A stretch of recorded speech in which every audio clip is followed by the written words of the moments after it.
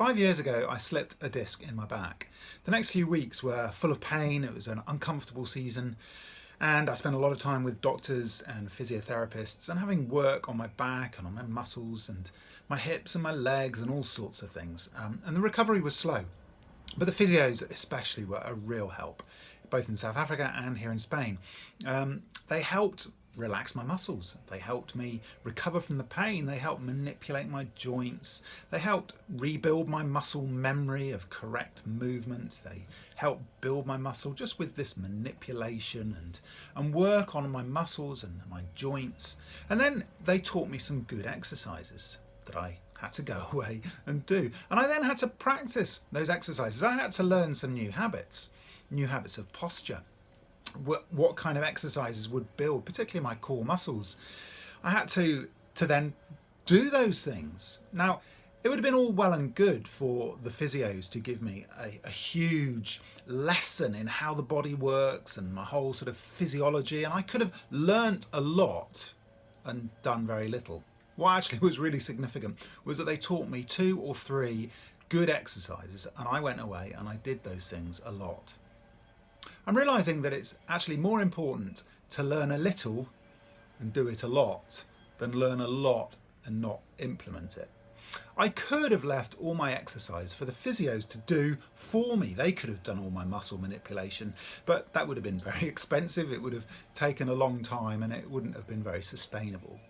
There was something significant about me learning to put things into practice. And I've realised that this is really key to life and also to faith as a follower. When Jesus called the disciples, he said, "Come and follow me."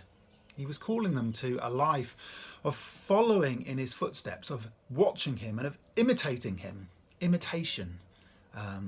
He was the master and they were the apprentices. And just like a carpenter learns by watching a master carpenter and then practicing what they're doing, so the disciples watched Jesus, learned from him, copied him, and started doing it. And it's the same with us today. That's our calling, to be followers, to be practicing the life of Jesus. Now, I'm a school teacher by trade. And I taught back in the 90s in the UK. And when we've moved to Mozambique, so this is now around 2000 to 2001, we're living in Mozambique. And to be honest, I was missing school teaching. I was missing the interaction with pupils and in classrooms. And I was missing that. And I was doing some limited teaching in churches, but it wasn't the same extent. And I wanted to have more opportunity to teach. So I felt a good way of doing this would be to prepare a week of teaching. So I prepared a week of teaching, particularly on the biblical basis for world mission. I prepared a bunch of teaching and then waited for an opportunity to use what I prepared.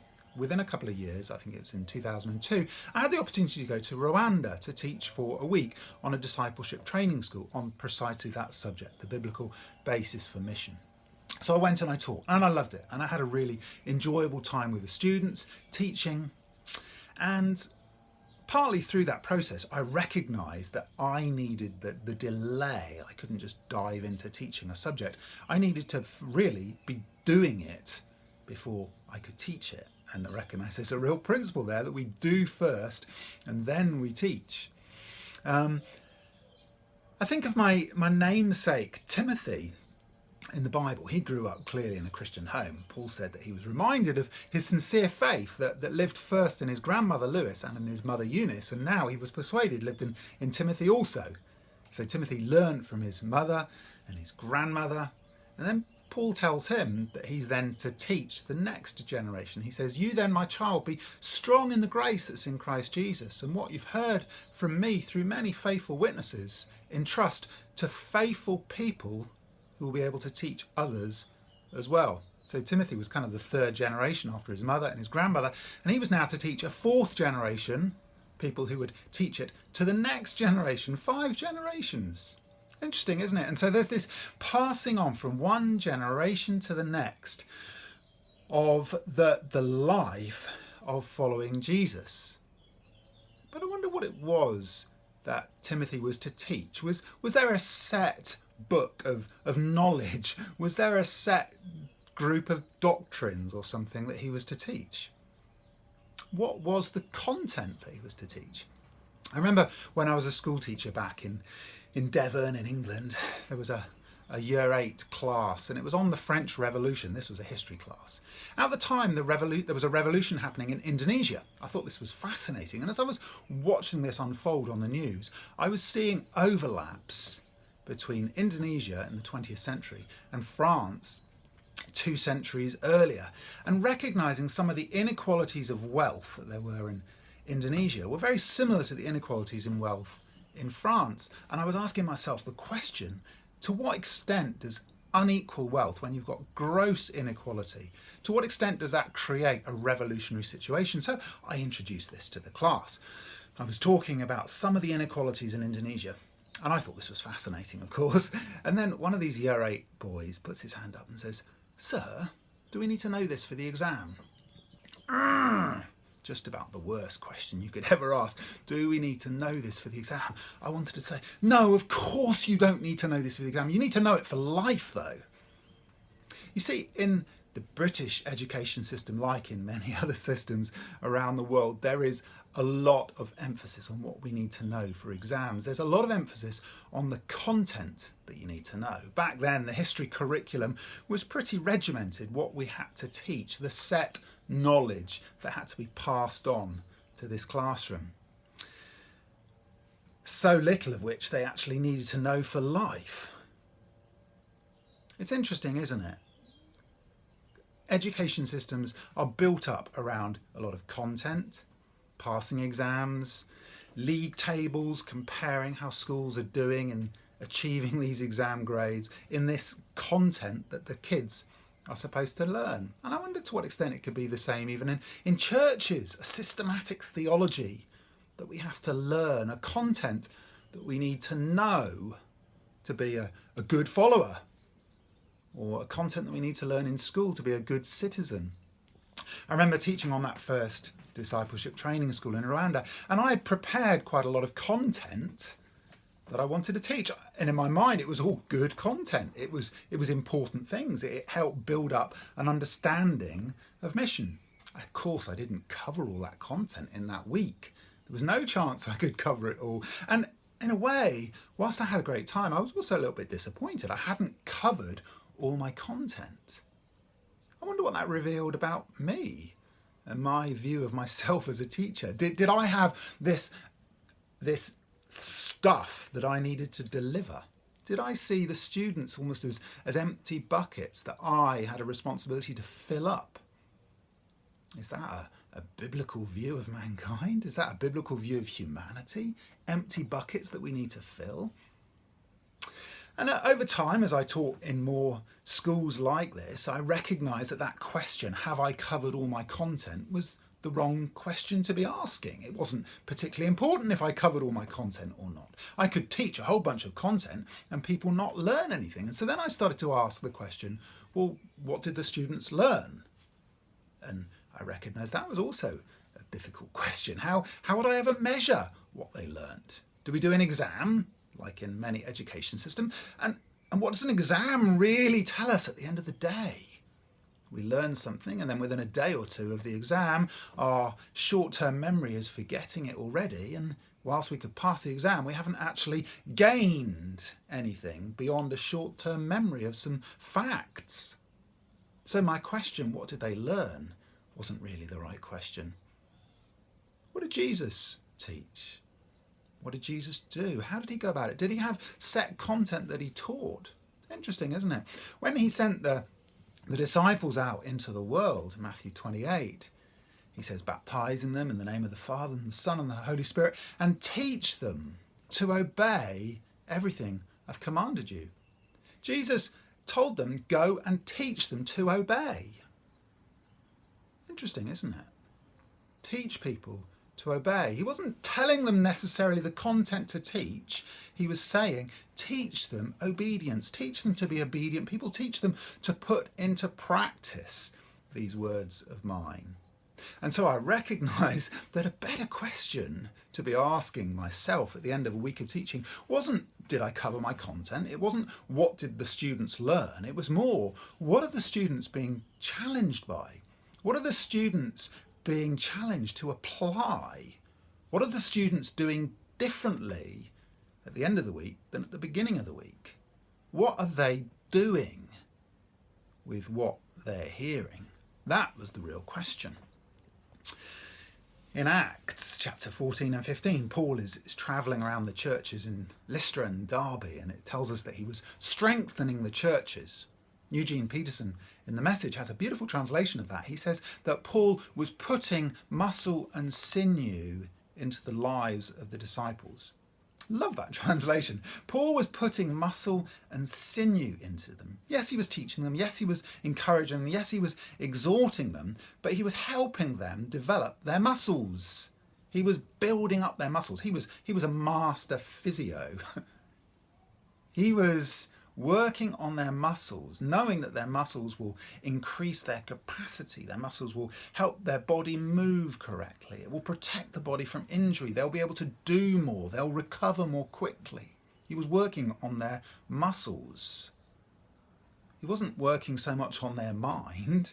He was working on their bodies so they could do things and do it differently. Paul was a physio in that sense. I'm also reminded of Samuel, 1 Samuel chapter 30, when David, his group of people have been attacked and their wives and children and belongings have been taken away by a band of raiders, and the people are talking of stoning David. And all it tells us is that David strengthened himself in the Lord. Somehow David was able to build muscle and sinew in himself. Paul strengthened other people. David strengthened himself. And ultimately, just like I had to learn, not just to be treated by a physio, I had to learn to do the exercises myself. I realised that ultimately, we need to learn to strengthen ourselves. We need to learn to build our own muscles. We need to learn to practice. We are following in the footsteps of Jesus. We're imitating him, and we need to learn to do those things and to put them into practice. So it's what I do, ultimately, that matters, not what I know. There isn't a set content that if I know that content, I am the right person. I might feel that in my ego. I might feel secure because I know stuff, but it's actually not about I know. It's more about what I do with what I'm learning. And the best thing really that a physio can do is to help me learn how to look after myself. So I wonder to what extent a good teacher, the best thing they can learn is to teach other people how to learn, to teach other people how to feed themselves, to teach other people how to learn to obey. Because as they obey, they will receive more light. As they put into practice things, they will grow in that and they will learn how to do it better. The only way you can learn carpentry is by watching someone and then picking up the tools and doing it. And the more you do it, the more you learn the skill, the more you practice something, the more it becomes second nature. So I recognised through this process that some of this was actually about dying to my own ego, dying to my own feeling of that I had this core content I needed to pass on.